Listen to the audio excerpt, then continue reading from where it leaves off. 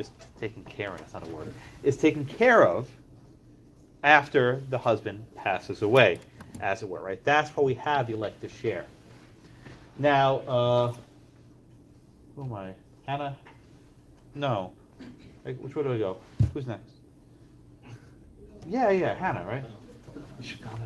Hannah, during life, right, while the husband and wife are married, does it matter how the money is divided up? No, I guess it depends on if it's a community property state or concurrent. No, in a common law state, for example, does it matter during life how the money is divvied up? Yes. In what way?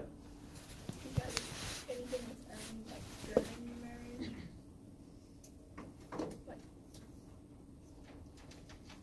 Hannah, so the example I gave you before is a husband and wife were married, right? And then unbeknownst to the wife, the husband leaves the will, giving the wife 0. He dies. During life, did it matter what the will said? well, no. Right. So that's the issue, right? In a common law state, how the money is divided up during life is largely irrelevant. It only makes a difference at the time of death or at the time of divorce. That's why the elective share was created, to ensure that the wife, who really had no say in how the money was spent during life, can get something on the back end. Right? But that's how the elective share works in common law states. And Audrey's correct. This does not exist. Very good. Very good answer. That's correct. This does not exist in a community property state. Now the question, Christiana, why in community property states like Texas or California do we not have this forced elective share?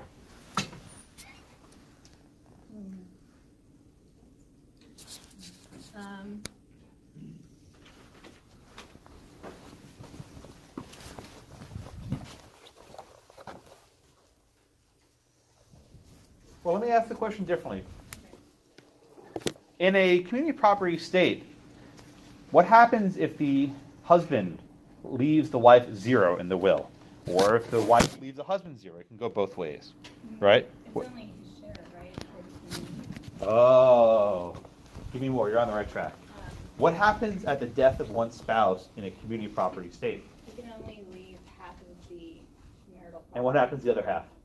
It goes to the other spouse. Good. So the big difference, right? The big difference between a community property state and a common law property state in this front is the law already ensures the surviving spouse gets something. What they get, we can argue, but they get something. In other words, in Texas, no matter how much you hate your wife, no matter how much you hate your husband, you can't write them out of your will, right? No matter if you say, I leave them 0, that's nice, you're still getting something. You can't leave them with nothing, because they'll get a percentage of the shared marital property. So there's no need for the elective share. You see, the elective share was created to mirror community property states, right? In New York, they didn't have community property. They said, okay, we'll make up this thing at the back end called the elective share to ensure the husband can't leave his wife zip. In Texas, we never needed the elective share precisely because the law already provides for the surviving spouse, and that's an important point. So, red flag for your exam, if you guys are asked a question involving a community property state, and you talk about an elective share, you're wrong. It'll happen every year. I promise you a couple of you will do it. It won't matter how many times I say it, you'll do it. Conversely, if you're in a common law state and you have a spouse who dies, you better talk about the elective share. Yes, Anthony? I know I did. I know that's why I'm calling you. I knew I was getting there in 30 seconds. You start anticipating the questions after some of yours. You get this like sixth sense. I know exactly what the question's going to be. So I appreciate it. I got that one, okay? I don't know your question, so. Andres and then Reed. So what happens when you move from the state? Oh, we'll get there later. That's complicated. We'll get, end of class, we'll get there, I promise. So you anticipate that one also. Yeah, Reed. That's the purpose of a community property state, where it makes it more difficult to separate properties when you can have a common law property state with modern elective share, and which protects the surviving spouse. So why not? What I guess I'm trying to say is, what's the purpose of having a community property state versus a modern common law? Yeah. So Reed asked, why bother having these complicated rules about community property if in the end it more or less looks the same?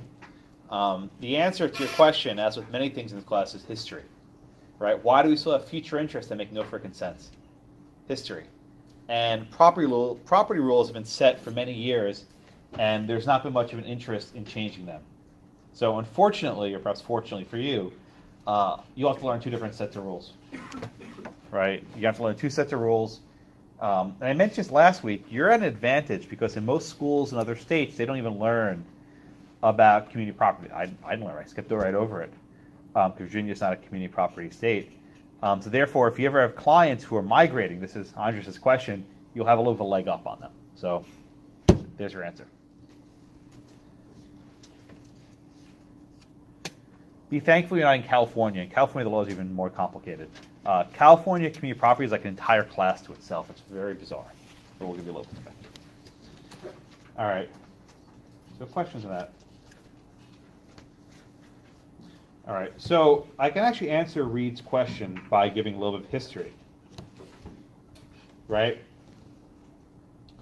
The history of why Texas, Louisiana, Idaho, California, a few other states have a community property system is a legacy of geography. These were all territories that were occupied by the French or the Spanish. On the European continent, the presumption was community property. Now, in many of these countries today, couples can choose when they get married what kind of property regime they want. They want a common law or separate, they want a community property, or they want something in between.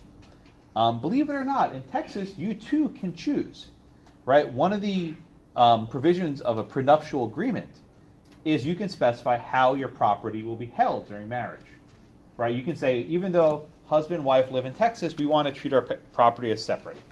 That's fine, but you can't screw it up. Because if you start commingling your funds and doing various things, we love each other so much, guess what? You've just created community property. So even if you have an agreement at the outset, you can screw it up. The second element to this is, if say one spouse decides to unilaterally change stuff, that's not enough. They both have to consent. Okay? Understand anything? Okay. All right. So, who am I up to? Yeah. Brandon? No, we're, yeah. Okay. Thank you. Yeah, I'm right. So, Brandy, it's fine. You can live the floor. It's fine. Get later. Brandy, let me ask you this question. In a community property state, how were earnings treated during the marriage? Equally. What do you mean equally? So husband has a job. He earns his salary, puts in bank account number 1. Wife has a job. She earns her salary, bank account number 2. They're together. Even if in separate accounts? Yes. She's right. Okay, so the key factor, right, the key understanding of community property state is that all earnings are considered jointly owned. And this is, I think, Brittany's question to me last class. It's presumed that both spouses contribute towards the success of the marriage. So even if one spouse is working at home and one spouse is working in office, they're both on the same team, right? They're both fighting for the same cause. So as a general matter, right, earnings are treated jointly. It doesn't matter how you have separate bank accounts. That's irrelevant. Another related question concerns, what if you have a property, right? Let's say you owned a property before the marriage, and that property generates rental income. In Texas and a handful of other states, income from a rental property, for example, is considered community property. Even if you've owned the property before the marriage, if say you're renting out a ranch or something, that is then considered marital property. Okay. Now, let's see. Sam, let's say your husband and wife acquire something as community property, and then they decide to convert it to separate property. It only belongs to one spouse. Can they do that? Okay. How can that be done? What must happen for that to be done? They will have a sign into a document saying that each is. Can one of them sign it?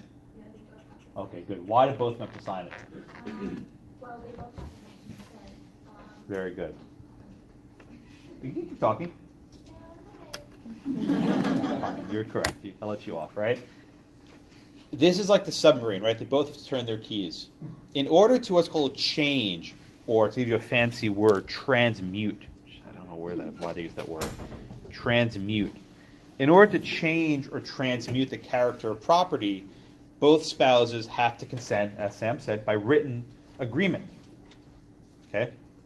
And this is done, you can imagine that they buy a house and say, no, this is just for you, sweetie, and then they can put in the husband or the wife's name. But this has to be done with both consent. But the presumption, right? But the presumption is any property acquired during the marriage is community, unless they can show evidence to the contrary. It's called preponderance, right? You have to show for the preponderance that this was not designed to be community. Anthony, yes, sir? No, wasn't asking a question. Oh, I heard it throw hand. Okay, it's fine. What happens at divorce? I mentioned this earlier. Some states have what's called an equal distribution of community property, which is exactly what it sounds like. They'll slice it right down the middle. Other states, I think most states have what's called an equitable distribution, right? This is equal distribution versus equitable distribution, right? And Texas has the latter, the equitable distribution. What is an equitable distribution? Well, like anything in Texas, you have to divide it to be what's called just and right. Okay? Just and right. What the hell does that mean, right? It means it must be equitable under the circumstances. That considers a lot of different factors. For example, fault in the breakup of marriage, if the spouses have different earning power, perhaps the health of the spouses, it involves custody of children, it involves each spouse's education,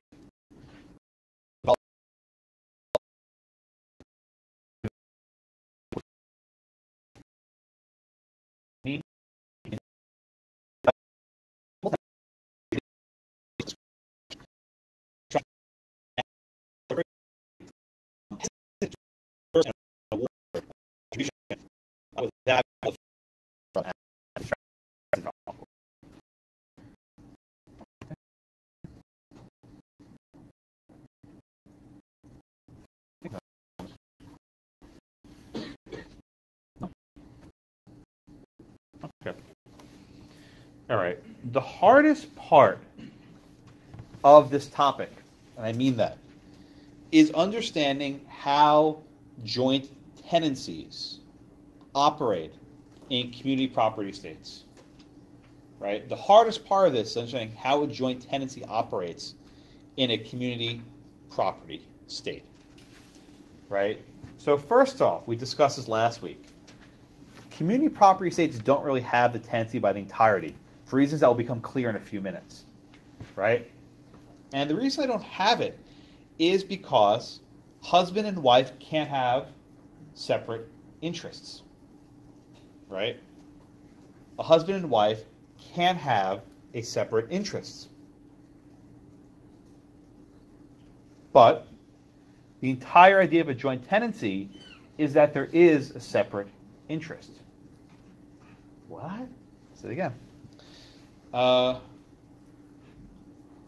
Who's next? Joey, remind us, what's the definition of a joint tenancy? A joint tenancy requires you meeting five criteria, that you enter into contract at the same time, the terms are the same. But once you met all those, each party still maintains a separate interest. Yes, that's what I'm looking for, right? With a joint tenancy, right, each party has a separate but undivided interest in Blackacre, right? Each party has a separate but undivided interest in the property. Everyone with me, right? With a joint tenancy, each party has a separate but undivided interest. Matt, in a community property state, can the spouses have separate interests? No, but apparently it's not an exception. Let me explain why this works, right? With a community property state, you can't have a separate interest. Okay, number one. Number two, Jenica, with a joint tenancy, can one spouse sever it? Yeah, in New York, for example, right? Well, what if one spouse sells their share in a joint tenancy? What happens?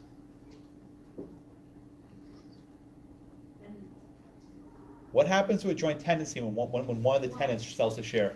It becomes a tenancy contract. Good. So even does that work with their husband and wife? No. No, I didn't say tenancy by the entirety. I said joint tenancy. Yeah, sorry. Very good. So if a joint tenancy, normally, if one party sells their share, it destroys it, right? It goes on to tenancy in common. But Jenica, in a community property state, can one party change the characterization of property? No. That's right. So if a husband and wife own property as joint tenants in Texas, one party can't unilaterally convey it, but they both have to turn the key, right? They both have to sell the property. So under the normal rules, a joint tenancy functions differently in Texas. And this is what I call it. You won't see this in any book, but I'm going to call it this to make your lives easier. But I call this a quasi-joint tenancy. This is perhaps my common law background. But it looks a lot like a joint tenancy, but it operates a little bit differently. All right, let me explain why. Normally, tenants in common or joint tenants can act alone to convey their share. But in Texas, neither spouse acting alone can convey his or her interest in the community property. A spouse cannot change the characterization without the consent of the other. If they both consent, there's no problem, right? That's easy. The problem is if one of them tries to act unilaterally. Okay? Everyone with me so far? Yeah, Madison and then Andrews. So I understand that each party, I don't know, I don't think it's a very good question, but it makes sense. I understand that both the husband and wife have to agree to convey that separate property. Mm-hmm. And that would be conveying, I guess, how would the interest be divided? I'm going to do a question in a few minutes. I'll answer at depth. Andrews, you have a question? Yes. But is it to sell only like the interest that the wife would be that you need the both persons, or is it like the whole property that's being sold? I'm going to defer also your question. I'm going to do the example on page 450 in a minute, which I think will clarify, but I want to make a few more points first. Okay? So the first big difference between the joint tenancy and the quasi-joint tenancy is that they both have to consent. You can't have a single spouse selling it. There's a second interest, which happens at death, which is what both of you are getting at. Right? So usually, Costa, with a joint tenancy, what happens when one of the tenant dies? What's the key factor of the joint tenancy that makes it special? Exactly. What's survivorship? Basically a fee simple all along. So nothing really transfers over because you had it there. Very good. So in a common law state, when one of the joint tenants dies, you have what's called survivorship. And the other one gets it in fee simple. But in a community property state, there's no survivorship on a joint tenancy, right? There's no survivorship on a joint tenancy, right? If a spouse dies, his or her share of community property passes to the surviving spouse, right? If a spouse dies, a share of the community property goes to the spouse, but not all of it. So what actually ends up happening is the joint tenancy, some of it goes to the spouse, and the rest of it goes to the heirs. Let's say it again.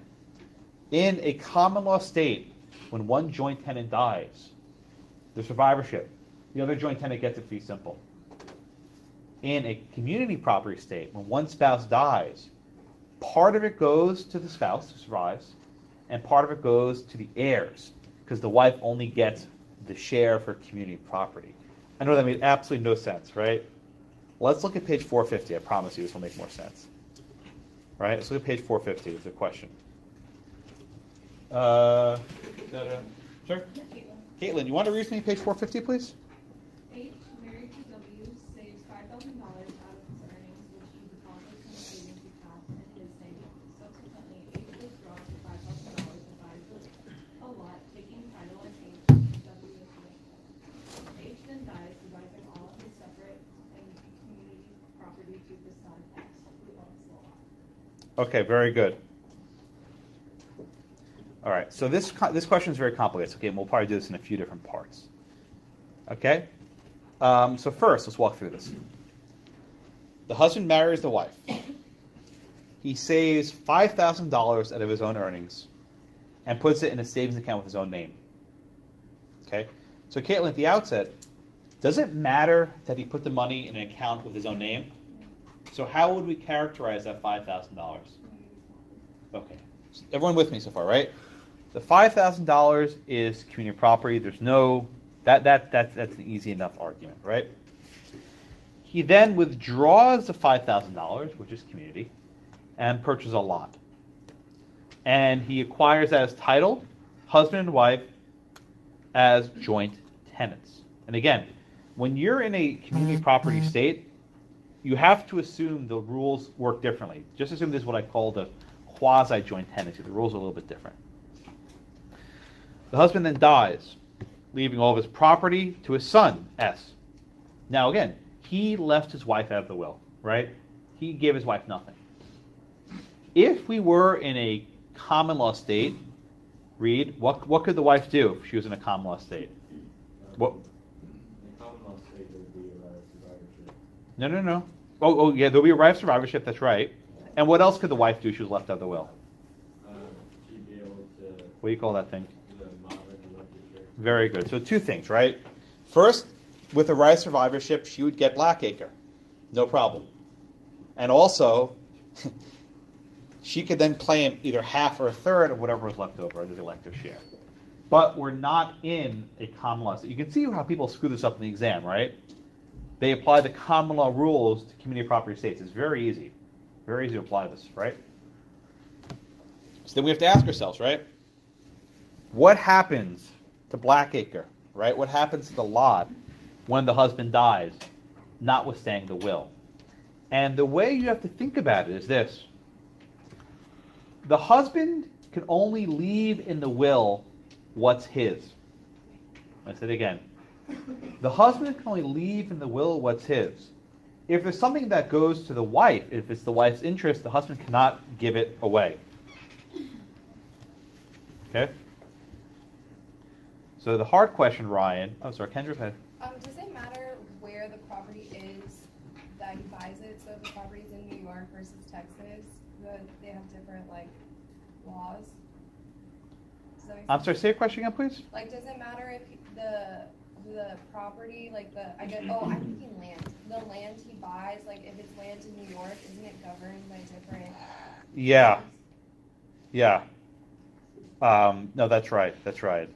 Can I answer your question a little bit later? We'll get to moving property. It gets even more complicated, but I want to start a little bit easier. If I don't answer your question, you can bug me later, okay? Good. So Ryan's still on tap, right? So the hard question is this, right? What is the wife's interest in Blackacre during her life?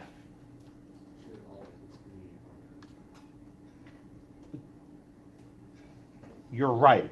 They both share the entire thing. But if you put a number on it, what is the husband's percentage and what is the wife's percentage? I'm sorry? You're not wrong, but you're fighting my question, right? I told you during life, it's all together, it's 100%. But upon the husband's death, what is the wife's interest in Blackacre?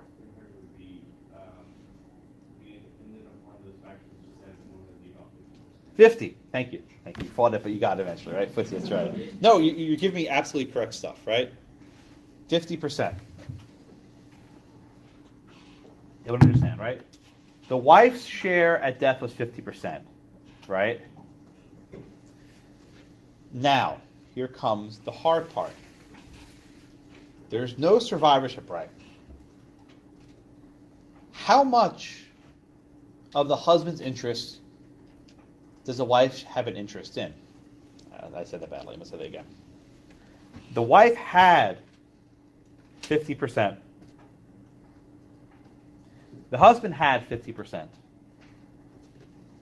Jake, how much of the husband's interest could he give to his son? The rest, the rest of the wife. Could the husband give all of his interest to his son? How much of it could he give to his son? Just the remaining, that's left to the wife. Here, let's try it like this, right? Because people, when they see numbers, they start getting weird, right? So you have the husband and you have the wife. The wife has a 50% share in the property. That's her own half. The husband had 50%. He dies. How much, Jake, of that 50% can the husband leave to his son? I guess half of that. Yes. Very good. So the husband can leave 25% to his son. This is the key point, right? When you have community property, you can't dispose of all of it. You can only dispose of half of your interest. So the husband could dispose of 25%, half of his interest. And Jake finished up. What happens to the other 25%? Exactly. So the wife now has 75%, and the son has how much, Jake? 25. There you go. Everyone see how that works? It's very counterintuitive, but let me walk through this one step at a time. Ryan was giving me the right answer. They both have 100%, but that's not actually how it works in times of death. The wife has her half, husband has his half. In a community property state, you can only direct you can only leave to others what is actually yours. And the wife has, by right, a 50% share in the husband's stake. Therefore, you're going to leave the son the other 50%. The wife has a 75% share, and the son has 25% share. I know it's bizarre, right? Okay. Oh, I saw many hands. Yeah, 1, 2. On the exam, because this is a community property section, it didn't mention community property in the question, but on the exam. I will tell you. Okay. I will absolutely tell you, and you can take this to the bank. If I say you're in Texas, you should know what that is. Yes, ma'am. Yeah, Kendra. So if they have a house together and the husband dies, the wife gets the 75% and the son gets 25% of the house? Weird, right? Do you have any ideas for your? No. Something tragically happened. Right. No, it's a weird thing because in a common law jurisdiction, the surviving spouse gets everything, right? But here, the surviving spouse only gets 75% and has the ingrate son. Now, it's possible that the husband can just leave everything to his wife in the will, right? That'd be a normal functioning family, right? We don't have those in this class. But in a normal functioning family, the surviving spouse says, of course, my beloved wife gets everything. But here that didn't happen. He tried to disinherit her, which teaches a lesson. If you try to disinherit someone in a community property state, you might get screwed. Andres. Is it always going to be the half of what the husband has? Yeah. Yeah, it's half whatever the husband's share is. That's right. So you can never leave 29% to the son and 1% to the wife. He can only leave the son 25%. If he leaves the son 25%, that's fine. If he leaves the son 26%, the court will just strike out that extra percentage because he can't give it. He can only leave a quarter to his son. So as a general matter, right, to make it easy, when you're in a community property state like this, a question like this, the decedent, the husband, can only leave a quarter to his heirs. The other 25% goes to the wife for a joint tenancy. Kendra, the address? So wait, is it only 25% of what he leaves? So if he were to write, like, I want to give my son, like, 25%? This is just for the joint tenancy. I'm not talking about all property. I'm only talking about the joint tenancy. Okay, never mind. Right? It's specific with the joint tenancy. I'll do another example later differently. This is with the joint tenancy. What I call the quasi-joint tenancy, because the rules are different. Yeah. I was going to ask, does the equity count into any part of the percentages by any chance? What do you mean the equity? Well, like, were you saying when they divide up the property, like, whoever like puts in more in case of death? We'll do that later. This is what's called the inception rule about how money's put in. We'll do that a little bit later. It gets even more complicated. But everyone get this example. Everyone with me. If you have any questions, please raise your hand. So if you want on your exam to refer to this as a quasi-joint tenancy, I won't be mad. I'll probably be happy. Because that'll show me you understand the rules are a little bit different. And let me summarize these again. First, there's no survivorship right? With a joint tenancy in a community property estate, there's not a survivorship right. And second, one spouse can't unilaterally convey a joint tenancy. They both have to turn the key. They both have to agree to it. And that creates some weird dynamics, which is why at the time of death, you have the 75-25 split instead of 100% going to the wife.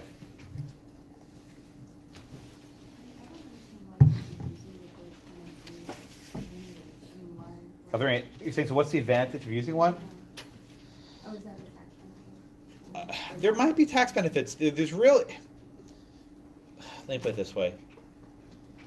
In a community property state, it doesn't really matter how you title your property. Basically, the same thing's going to happen anyway. If you add this as a tenancy in common, I think it'd be pretty much the same thing. I don't think there'd be much of a difference. What else? What else? Yeah, Shanna? Well, by creating a joint tenancy, you in Texas are effectively creating this quasi-joint. I made up this phrase. It's not a real thing. So if you say this outside the class, no one will know what you're talking about. But it's helpful for you so you can distinguish one from the other. Right? So if you go to, if you work at a family law firm, you'll just write joint tenancy in the title. You won't write quasi. But it's understood in Texas, for example, that's what you're getting at. It's a different set of rules. Yeah, Austin? In that problem, it presupposes that the wife agreed to the joint tenancy. They have to both agree to it, yeah. Yeah, if they both don't consent. But anyway, they're always under the default rules in Texas. If you don't have an agreement, you apply the default rule, which is basically this quasi-joint tenancy. What else?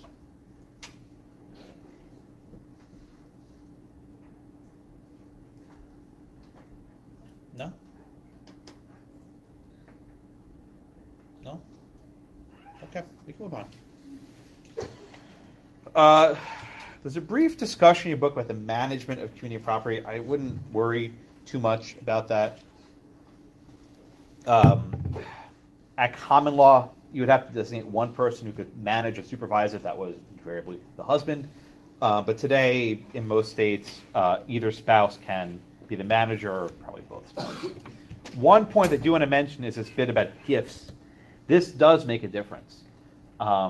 And they gave the example of W.C. Fields, who was a famous movie star, who was married for many years but had lots of lady friends. And he gave them lots of gifts.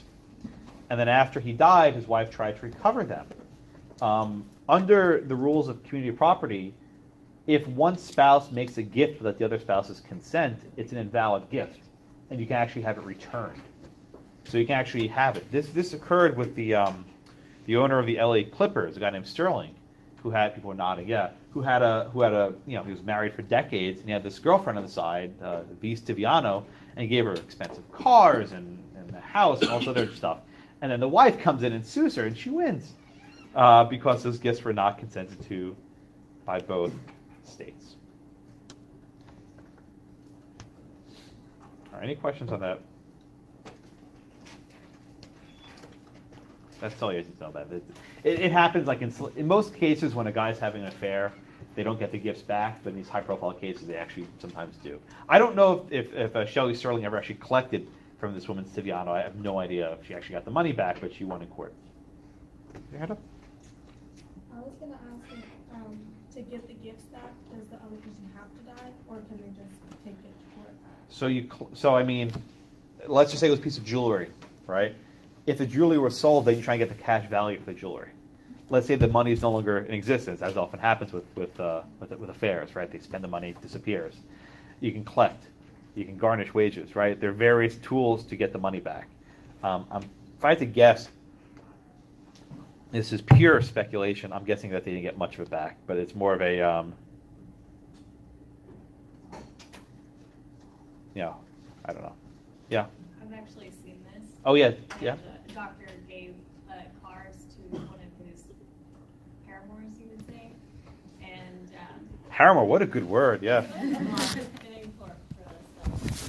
So he gave away cars to his paramour, and Did he lease it or did he buy it for them?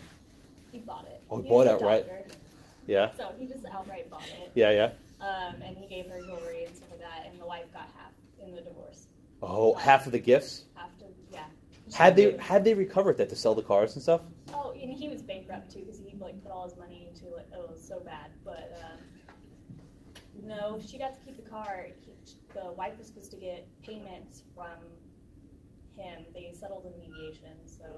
But it included half the value of the gifts he gave to his girlfriends? Mm-hmm. Yeah, like the Porsche. Wow. Did you work at a family law firm? Yeah, my mom's a family law attorney, so I interned with her. Crazy stories, right? Oh, so fun. Fun? Oh, good. I'm glad. Well, I'm so glad you decided to go to law school after that experience. Did your mom go here? Yes. Oh, lovely. We have a lot of what's that? Legacy. Yeah, we have a lot of legacy kids here. It's actually, I appreciate it. It's a nice thing. So thank you for that story. It does happen. So if you're having a doctor with all these affairs, you may have to account. But usually by the time it blows up, the guy is screwed and they don't have the money anymore. For paying for all his girlfriends and stuff. Yeah. Yeah. Well, I mean, he put money into a business that sank, and then he already given away gifts, and then he couldn't even afford his own house note, but his girlfriend had a car. So, yeah, it was. Uber. All right. Anne, is your hand up? So, I'm just like migrating couples, so you can get to that soon. That's our next topic.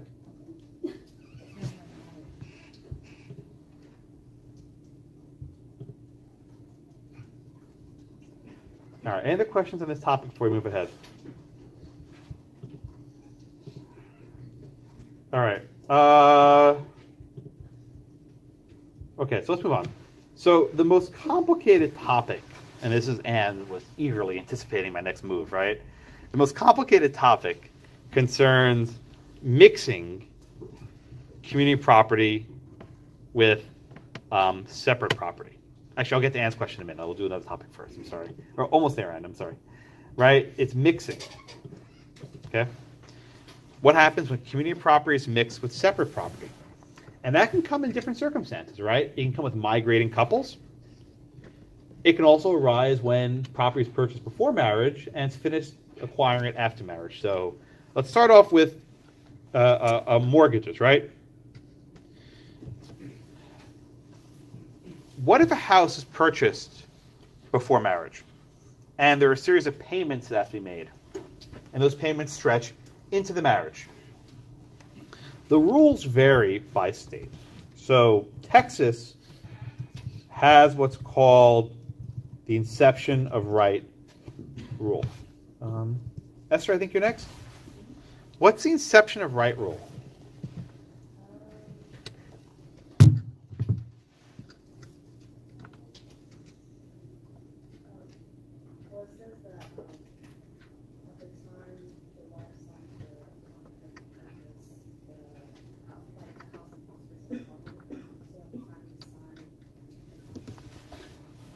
Very good.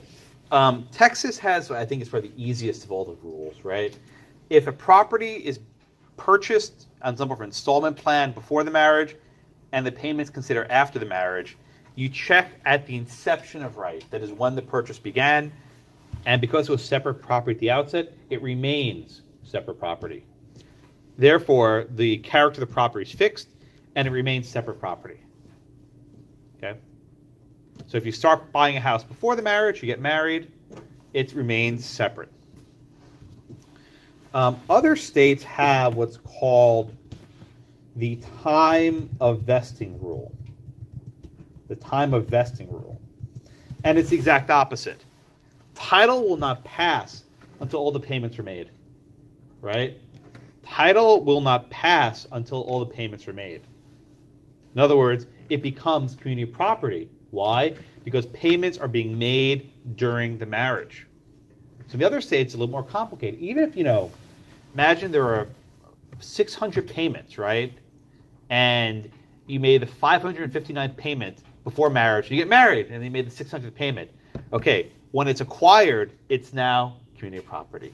So you have to actually look at the time of the vesting, the time of the completion of the sale.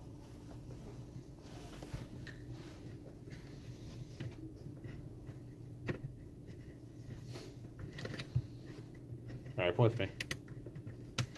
Okay, the third one, which is the California rule, which I don't care about, but you should know, is what's called the pro rata apportionment.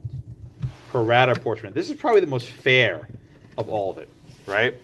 So let's say you make 50% of the payments before the marriage and 50% of the payments during the marriage, right? At that point, half of the property's value is considered community. It sounds really fair, but it gets very complicated when you start dividing up a 50% share, 50%. It gets very messy. But that's how the California rule operates. And I want to do an example. Go to page 452, please, and this will help walk you through this doctrine. Who am I up to? Roxy, I think you're next. Want to read for me the question 452, please? At the bottom, this is question number 1. Yeah, thank you.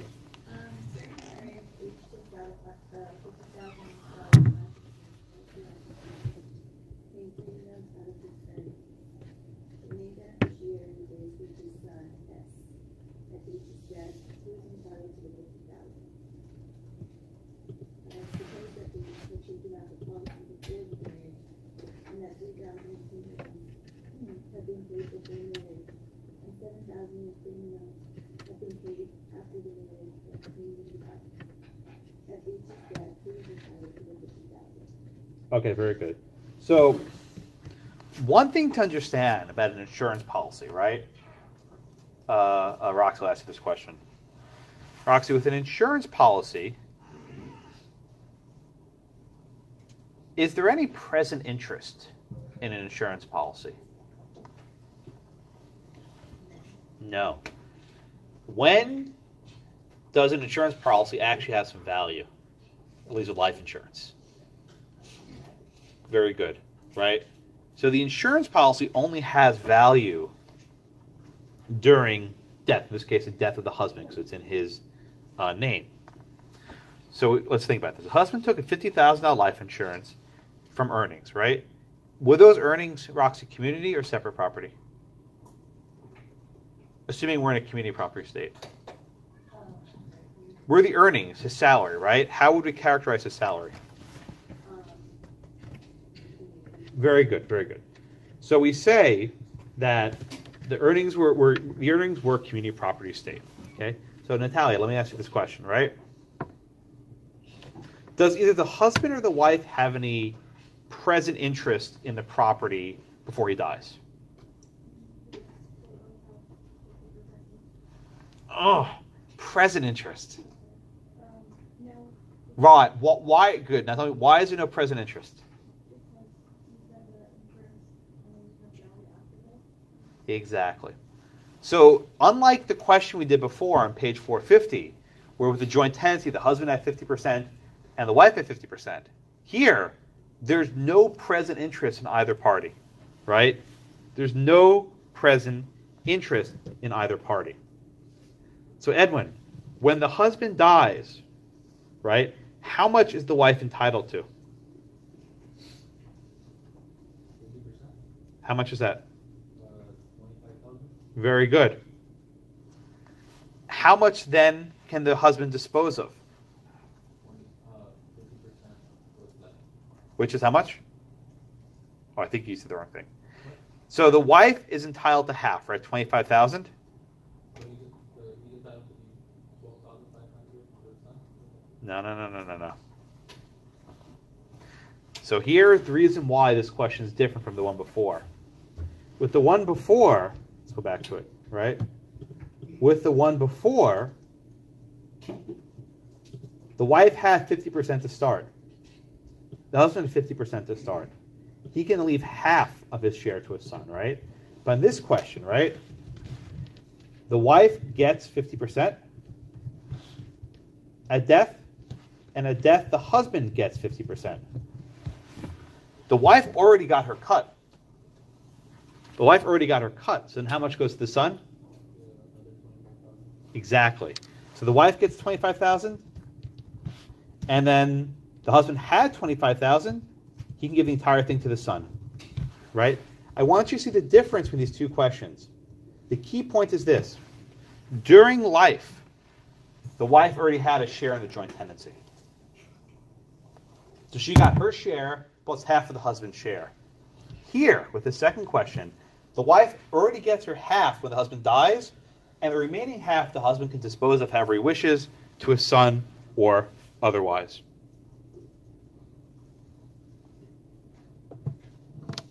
Yeah, Andres? Yes, that's why I made such a big deal about there's no present interest. That's why I asked Roxy about that a minute ago, right? That's the important distinction. With an insurance policy, the wife has no present interest. Therefore, she only gets it upon death. She gets half, and the husband can give away the other half. Do I understand that? Yeah, Neiman. So is there any other situation besides insurance that you're looking out for? I get that question every year. I think the answer is no. I mean, generally in any sort of property ownership, you can have a present interest, but it's unique to have an insurance policy that pays out upon death. I suppose you could have another type of insurance policy that pays out, in a case of a natural disaster or in case of some other bad thing. But the life insurance policy is specifically at death. Yeah. So if this is on the exam, it says who's entitled to the 50,000. We would say the wife is 25 and the husband is 25, but the son also. Well, what you'd say is the wife gets 25,000. Let me be percentage, it's easier, right? The wife is entitled to half. The husband can dispose of his half. So the wife gets her half, and the husband can leave his half to his son. Right? Let's say, hold on, let's go back to the question for a minute, right? What did the question ask?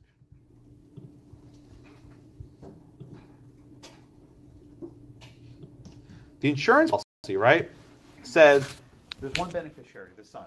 Kelly, did the husband make his wife a beneficiary? Did it matter? No. So again, we have a situation, it's always like this. The husband tries to rip off the wife. The husband didn't give the wife a damn penny for his insurance policy. But by operation of Texas law, and by operation of community property law, she gets how much, Kelly? Half. Exactly. You cannot escape this. The husband can't leave 100% to his son. He can only leave what was his share, and his share was 50%. Does it matter that he paid the $3,000? Oh, good question. All right, so that's actually the next. That's actually my next question. I'll get there in a second. So, are you next? Yes. Oh, you're next. Oh, I love when that happens, right? That's such a good question, right? So in this case, right, the premiums were paid off by community assets. So now read the next sentence, right? It says this sentence, right? So it says, suppose that the husband had taken out the policy before the marriage and put in $3,000 in premiums, and it paid $7,000 from community funds. So let's pretend we're in Texas, right? Which we are. We're in Texas, right? Andres, we apply the inception of right rule. Is this insurance policy community property, or is this insurance policy separate property? I guess, could you separate the percentages, from this? No. We're Texas. We're in the inception of right rule. What's the inception of right rule? Good. So how do we characterize this insurance policy? Separate or community? I would say, well, since he started paying out before the marriage, maybe separate? Not maybe. Well, it is. It is. Very good. So in Texas, under these facts, this would be considered a separate asset. So Andres, if it's a separate asset, does he need to leave half for his wife? No, she's screwed, right? So suppose if any of you are getting married, buy it before your wedding. Buy an insurance policy before your wedding. Kendra and Andrew, take notes, right? Right. If you're about to get married, Lord help me, people are going to follow this advice. If you're about to get married, buy the insurance policy beforehand. That way, it's not going to be a community asset, and that way you can leave everything to your wayward son. Andrews, yeah. But what if he didn't know that he was going to have a son? Who's heir? Whoever it happens to be. You can leave it to your heir. Right, you can change the beneficiary at any point. But the fact that he got the policy beforehand still makes it it remains. Right, that's the important part of the inception rule. Whatever it is at the inception of the rule, that's what it remains. It doesn't change. I think Matt and then Kendra, and then Roxy. What would be the significant enough change in the policy to constitute the? It's a good question. I don't think changing the beneficiary will be enough. Changing the amount the payout would be? That might, because it might increase the premiums. I don't know the answer. There's probably an answer I don't know. I'm sure a wise family lawyer like Christiana's mom could advise you what not to do to avoid rendering the policy community property. You're nodding your head. I have no idea. Yeah, me neither. But I'm sure there's case law on this, because I'm sure this happens where people actually listen to their idiot property professors and take out an insurance policy on their wedding night. It's like, screw you, honey, right? Till death do us part. Yeah. So there's no like percentage you have to pay before, like you could have paid $1 and it was something. That's what I said on your wedding night, right? I suspect if the policy is finalized for the wedding under the inception rule, it's going to be a separate asset. Roxy, your hand up? So you can't, I know when you, like, when I did my life insurance, Uh-huh. if you don't leave it to your spouse, you have to sign a form and they have to sign a form. So. Right. Does that mean nothing? Yeah, well, that's because you're already married when you get the policy, right? So insurance brokers are not stupid, right? Let's say a person walks into an insurance broker's, I'd like a life insurance policy. And they say, are you married? Like, no, right? And they say, okay, good, sign this, that you're not married. Okay, let's say the person actually is married. That's called fraud. They can nullify the policy. So insurance brokers are not stupid. They're aware that people might try and leave out their lovely husband or wife, and they get nothing at death. But that's why you do that before you're married, and they never find out. Say, oh, I'm not married yet. Engaged, but not married, right? And then you're free and clear. I give you such awful advice for life. It's probably good property advice, but a terrible relationship. Don't ask me. I don't know what I'm doing. Yeah, 1 and 2. I'm gonna get there in a minute. I promise. I'm gonna get there in a minute. Yeah, Matt. If that happens, someone liable after being married and then call a scandal. Fraud. The person, the spouse will be able to. They get nothing anyway. They're screwed anyway. But then the son gets nothing. Yeah, I mean, if you make a material misrepresentation on your insurance application policy, the policy can be voided, right? So don't lie in an insurance policy, because then it might come back to bite you. Roxy, do you have like lots of forms to fill out for that? When I got my life insurance policy, I was married at the time, and I did not leave it to my ex-husband. Oh. So I had to take a form to him to sign to leave it to my daughter. Oh, and he signed that? Yeah. Okay. Well, there you go. But he had to be aware of it, right? You couldn't do it without his knowledge. Right. Yeah. No, insurance brokers, especially in a community property state, you have to be cognizant that anything that the husband signs, the wife has to sign also. You have to presume they both have to sign it. That's a normal routine. Okay. What else? Well, I'll do the 7,000 in a minute, I promise. But yeah, Sam. I have a question about the inception of Marital. Yeah. So, if a husband and wife are married, but the wife purchased property, they were married, husband doing separate property, because they're in Texas, the inception of Marital applies. So, my question is, at some point later, when the husband gets on the mortgage, his name's on the mortgage, does that become community property then, because they're essentially both consenting to be on it together? If there's a new mortgage taken out, that might change the nature of the relationship. So if a new mortgage is taken out with the husband's name on it, that could change it. Okay. I think that's right. That sounds right, at least. Let's do the questions. And then the next part, who am I up to? Dimitri, I think you're next. What about the $7,000? The wife says, wait a minute. This is not fair. He put in $7,000 of community property into this insurance policy. What do I get from it? What do you get the $7,000?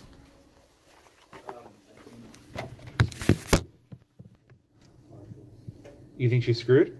Well, let me ask you this question. Let's say, Demetrius, instead of the husband spending $7,000 on an insurance policy, he put $7,000 for his girlfriend's car, right? What would happen to that $7,000? It'd be a very cheap car, I suppose, but you know. Get what? The money? What percentage of the money? Half. So then Demetrius, finish it up. What can the wife request from this $7,000? $3,500. Right? The wife can request from the payout of $50,000, $3,500. So the bottom line here, right, in this example, is that the wife gets $3,500 and the son gets $46,500. Right? So from the payout of $50,000, the wife gets half of the $7,000 put in. She gets half because that was her community asset. So all she gets from this wedding night insurance policy, right? Because the night before the wedding's too late. But the night before the wedding, she gets half of what was put in with the community property rate.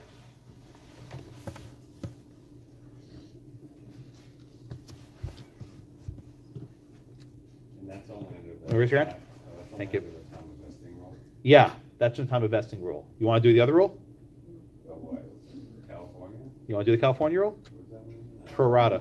Shana? If someone has a house and you get married and you're both paying, you can get 50% of what you paid back? Yes. Yes. But you don't get the value of the house itself. Do you want to do the pro rata rule? What? I just read this, so I'm talking about myself. Well, let's look at this way. The pro rata rule is based on percentages, right? So there's a total of $10,000 payments made. I'm sorry, total of $10,000. $7,000 before, $3,000 after. 70% of that is separate. I'm sorry, 30% of that is separate, and 70% is community. So you asked. You're welcome. So 70% of that is community, and 30% of that is separate. So what do? 15,000, 35,000. What you do is you take 70% of $50,000 equals $30,000. Or, sorry, $35,000. Right? 70% of the policy is community, so there's a total of $35,000. Then what do? Half it. You divide it by 2. The wife gets $17,500. Everyone see that, right? 70% of the payments were made with community funds. Therefore, 70% of the insurance policy payout is community. 70% of $50,000 is $35,000. You then half that for the wife's share, and the wife gets $17,500. Kendra? So the time of vesting rule, that's not Texas, right? Texas is the inception? Yes, ma'am. It is Texas? Or I was wrong? No, Texas was the, I said up here. Yeah, it's the inception rule. Inception of right. Okay? And the time of vesting rule is because the policy finished being paid during the marriage, it would all be community property. Right? Under this middle rule. Because the policy was finished being paid off during the marriage, it's all community property, and then the wife would be able to get $25,000. So let's try it like this, right? In Texas, the wife gets $3,500, right? In the time of vesting rule, the wife gets $25,000, and the California rule, she gets, was it $17,500, right? So the exact same facts, everyone. The exact same facts, depending on the rule, gives a very different outcome in how this will break down. How under the inception of right did she get $3,500? Because the policy was acquired beforehand, Yeah, and so she only gets half of what the community property was put in.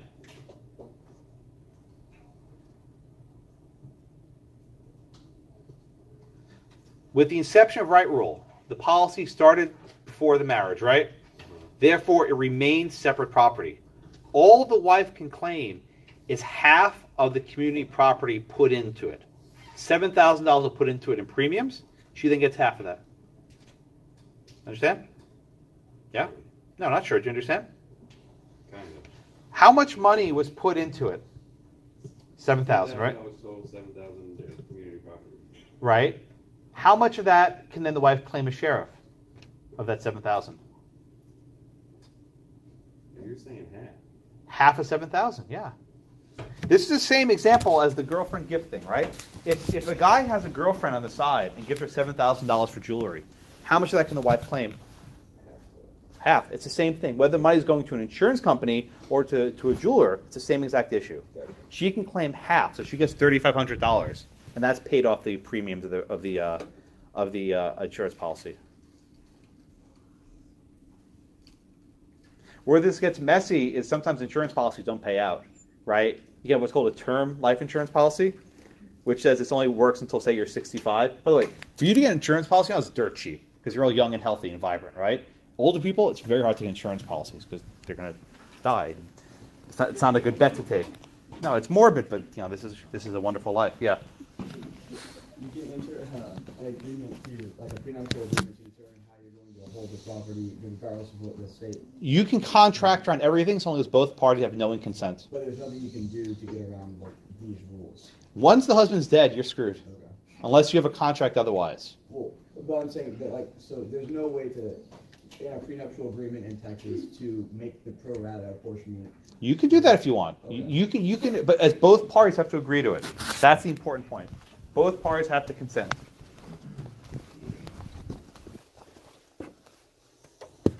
Move on. Now we get to migrating couples. This is a complicated topic. It's very tricky. Okay.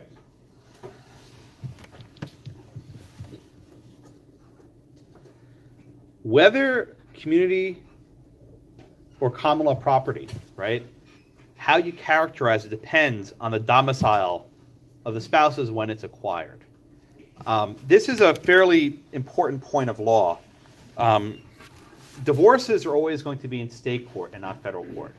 And in almost all cases, you have to petition for divorce where the couples are domiciled, right? If you're both living in Harris County, Texas, you can't go to New York for a divorce. Well, New York has a weird law, and I've never seen this actually work, but if you are married in New York, you can always seek a divorce there. So I can't imagine that's constant. I think there are actually some long-arm statute problems there as well in due process, but I'll let the you forgot about that, didn't you? No, it's I think there are actually due process issues with that statute. Yeah, Matt? They're no dumb questions.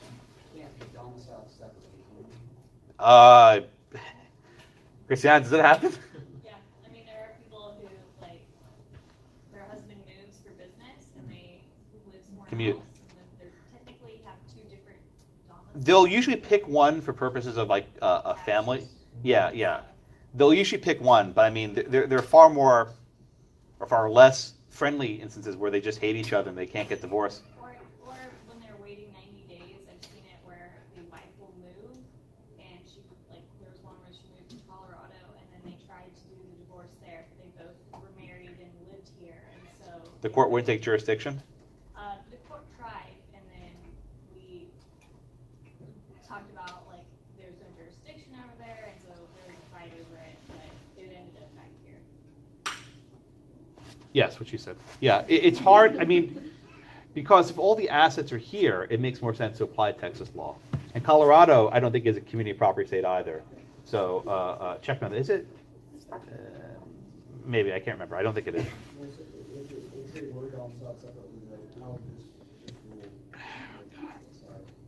It's complicated. So let's walk through this. Maybe I'll answer a question in a few minutes, right? So the book gives this example, right? The wife earns $1,000 and buys a horse. A very practical thing to have, a horse, right? People in New York don't buy whatever. They're domiciled in New York, which is a common law jurisdiction, and they purchase the horse. The horse then belongs to the wife. Even if they both move to Texas as a married couple, the horse remains styled as separate property. Now, flip side. Husband and wife live in Texas. One buys a horse. Because the earnings were community property, the horse is now community property. You can't chop a horse in half, so it gets like the rocking chair, I suppose, right? But you figure it away. Once property is initially characterized, its ownership does not change unless both parties consent. And don't forget this point. Husband and wife can always consent to do something else. They can change it, but they both have to turn the key. And common law states frequently recognize community property laws. Okay. Now, a horse is something of an easy example, right? A horse is something of an easy example because it moves, right? You can travel a horse from one state to the other. Real property is different. Real property is fixed. It belongs in a certain location. You can't move Blackacre from New York to Texas. It's not physically possible. So we have a law, if you want to learn some fancy Latin, you'll learn this later in law school, called the law of the situs, which means location, right? Where generally, when property resides in a given state, you apply the law of that state with respect to the property. So if Blackacre is in New York, it will continue to be governed by New York property law. Bless you. Thank you. Yeah. All right. Okay. So, but the migrating couple, this is what Anne was asking about earlier, really makes a difference when a spouse goes from a from a common law state to a community property. So right. So imagine this.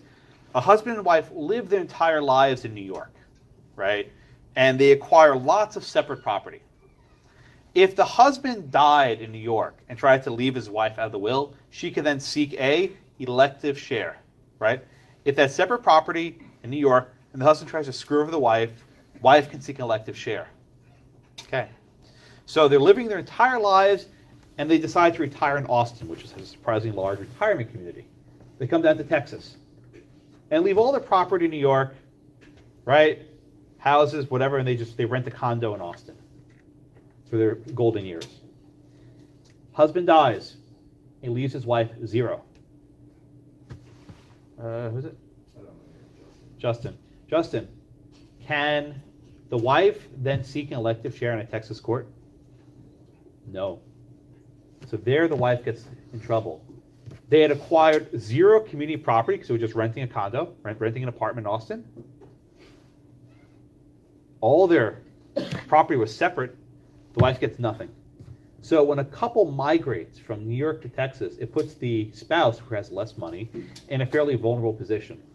So what a lot of couples do is they can restyle, that is this word I gave you before, transmute, whatever god-awful word it is, but they can transmute the property. Say, we will treat our property as if it was community.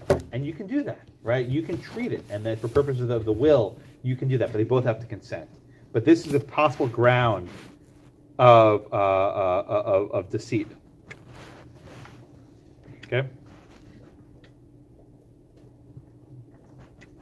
So look at page 454. Kendra. So if you move from New York and you have that, but then you start buying stuff here. That becomes community, yeah. But the example I gave, retirement, is very unique because once you're retired, you usually stop buying stuff. You're just living off your earnings, and you don't acquire new assets together. Anne, was that a hand? Yeah, so what if your earnings, so you own land separately from your poor spouse in New York, and you make a lot of earnings from that, and you move to Texas, do those earnings from that separate... The earnings would become community. They would. So, and then if you die... Yeah. Is he entitled to the earnings from the property that isn't... Those would be community, yeah. So, even though the property's not as the earnings are. to somebody else. Well, but that doesn't affect the rent that's paid from it. The rent comes in every month, right? But if they wanted to sell it. I don't know if the proceeds from a sale will be community. That's about my pay grade. I'm not sure. Yeah, I'm not sure because that's a tricky one. So everyone understand Anne's question, right? Maybe ask your mom, Christiana. I know the answer. If there's a property in New York and it's sold, and then after the couple moves to Texas, are those proceeds considered community property? I'm not sure. I don't want to give you a wrong answer. We can check. Thank you. I don't think that would matter. But the benefit of having legacy students is they can proud for South Texas or crimson and gold, or is it blue and gold? I can't keep track of our colors. They change all the time. They changed a lot, right? I have like 3 different business cards with different colors on them. I can't keep track. They keep changing. Yeah. No one matters for domicile, right? So it's like they retire in New York, but then they go spend like a month of their retirement home in Florida, and the guy has a heart, or I guess Texas, and the guy has a heart attack, and then dies. They're still domiciled in New York. So. Yeah. Hold on. Let's do this question, right? This actually might clear up, or might not. I don't know. This might clear something up. Kelly, you next? Yeah. Kelly, you want to read the questions on 454, the problem? Agent of Missouri and live in Ohio. Okay, and Ohio is a common law jurisdiction. Go ahead. From Agent worth $500,000. Okay, so as a general matter, are his earnings separate or community property in Ohio? Separate. Very good. All right, go on, Kelly. Under Ohio law, W has at Age's death an elective share of 1/2 of Age's property. Good. Keep reading. After retirement, Age and W moved to Texas, the community property state. Good. Age dies leaving a will dividing all his property to a daughter by a prior marriage. Texas does not have an elective share statute. What are W's rights? Okay. So here's exactly the scenario I mentioned to you guys a minute ago, right? Husband acquires all this property during his marriage. It's all separate. That's allowed under common law. They move to Texas, community property state. Then the husband gives a will with all his property to his daughter from his prior marriage. Meaning the wife gets Zippo. So first off, Kelly, can the wife seek an elective share in a Texas court? No. She can't, right? So she cannot seek the elective share. She could if they lived in Ohio, but they cannot do it because they live in Texas, right? So the earnings and land are separate property under Ohio law. Okay? The couple has 0 community property. Because the land exists in New York, the law of the situs governs, Ohio law controls, the wife takes 0. Zip. Nothing. She doesn't get a penny. Had she lived in New York, Ohio, she could have claimed half of $500,000. She could have claimed $250,000. But by moving to Texas and not reaching some sort of contract, she gets nothing. Kendra. Could you not go back to Ohio and sue them or sue? Sue who for what? Well, the woman who did or something. Or What would you sue the daughter for? No, file for the equity thing. Why? What equity? Well, I don't know what I'm saying, but okay, they were from Ohio, so in Texas can't do whatever we were talking about, so, but Ohio court can, so I can just go back to Ohio and try to get half. You can only petition for elective share in your domicile. And at the time of the death, their domicile was Texas. You can't change the husband's domicile after he dies. Right? Even in Christiana's case, the wife tried to change the domicile while the divorce was ongoing. Here, your question is, can you change the domicile after death? And the answer to that question is no, you cannot. So really, wherever he dies, that's it, right? You can imagine the guy's on his deathbed, sweetie, let's move back to Ohio real quick. He's like, nah. And then they're stuck. It's brutal. The wife gets zipped. And so this is an actual problem of people moving to Austin for retirement that they don't quite appreciate. And let's say there's a joint tenancy, right? Let's say they acquire something with joint tenancy. The quasi rules apply, so they don't have survivorship rights anymore if they acquire a joint tenancy here. So there's a disadvantage. Was the court taking into account that the husband was doing it on purpose to trick his wife, or he knew the law? He's like, do we move to Florida or do we move to Austin? Let's go to Austin, right? Because Florida, the husband engaged in no malfeasance here. There's no obligation. I mean, I don't know. I don't think there's anything wrong. It's unfair for sure. I'll give you that. I didn't think it was anything. I think the wife is in trouble here. I'm sorry? Is Florida community property? No, it's not. I'm surprised with it being Spanish.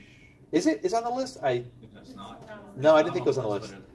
It was a Spanish colony. It was a Spanish colony. Yeah, I didn't think it was on the list. So everyone get that, right? All right, let me try to wrap up this topic. On Thursday, we're starting. I'm sorry, not Thursday. On Tuesday, we're starting a new topic. We'll be talking about a leasehold, which is a little bit more normal. It's a little bit easier for people to get. But this topic with community property, I want you to keep a couple things in mind. First, all this stuff about division of assets really only matters at death and divorce. During the marriage, courts simply don't get involved. So if I put a question for you on the exam about during the marriage, before a death or divorce, everything's neutral, right? There's no problem. But at death or divorce, this stuff really makes a difference. And second, be very careful on the exam with the instructions. If I tell you you're in a common law jurisdiction, or if I tell you you're in a community jurisdiction. I test on both of them, so you know which one I'm going to pick. Especially with joint tenancies. Please go back and review today's class so you understand the difference between the joint tenancy in a common law state and the joint tenancy in the community property estate, what I call the quasi-joint tenancy. Anything else? Nothing? I'll see some of you Saturday morning, bright and early. Thank you.